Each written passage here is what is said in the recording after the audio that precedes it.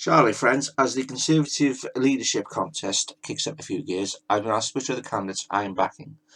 No surprises, as we live in clown world, we need the clown chief extraordinaire, so please step forward the MP for Uxbridge and South Ruislip, Mr Boris Johnson. Boris is the only candidate standing who I believe will truly deliver on Brexit on or before the October 31st deadline. Although he wants a deal, he is prepared to say screw you guys to the EU. You could maybe make a case for Dominic Raab, but I don't think he's as tough as Boris is. Also, electing Boris would mean no general election until 2022. Boris would wipe out Labour and the Liberal Democrats through encouraging Brexit voters back to the Conservatives. Thereby, he simultaneously keeps the Tories in power and also breaks up the Brexit UKIP parties. Now, as I vote UKIP, in one way, I would be sad to see the party go, but if it was because the Conservatives were trying to get more people into the party from the right, and if it's a case of one going and one staying, then so be it. Boris would appeal to Brexit UKIP more than the other candidates, and I think that with members returning to the Conservatives from the right, you would probably get back to a 3 or maybe 4 party state. That is if the Greens manage to pick up some votes, and they seem to be doing quite well with the young pro-European youngsters. Labour would struggle to hold in the Liberal Democrats and the Greens, and I think it could be the ultimate death knell of the party. Either that, or they would have to do some sort of deal with the Liberal Democrats, maybe in a new party. Would I move to becoming a Tory voter if they became the new party of the right?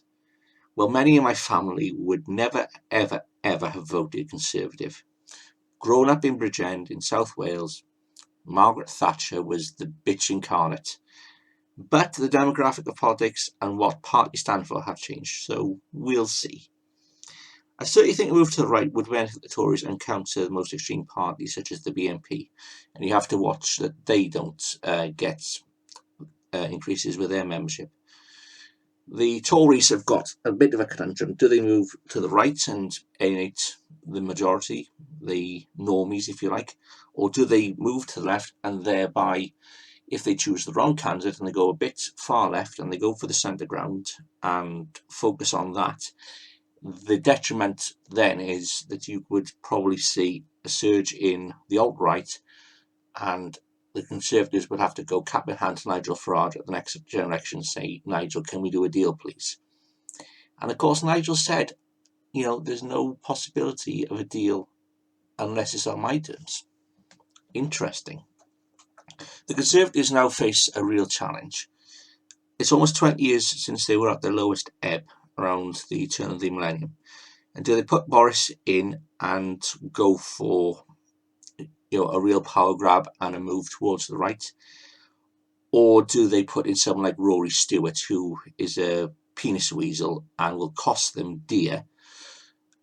They might not even get in at the next general election. If there is then the move towards the Lib Dems and the Greens, and there is a hemorrhage of votes, you could make a case that it would be the death knell of the Conservatives. Certainly food for thought, friends. It's no longer a case of who's the nicest person, I believe. It's now about who can lead the country into the early and mid-2020s. With Brexit going to be done one way or the other, we need to focus on the rebirth and emergence of the United Kingdom as a strong and independent entity. Charlie, friends.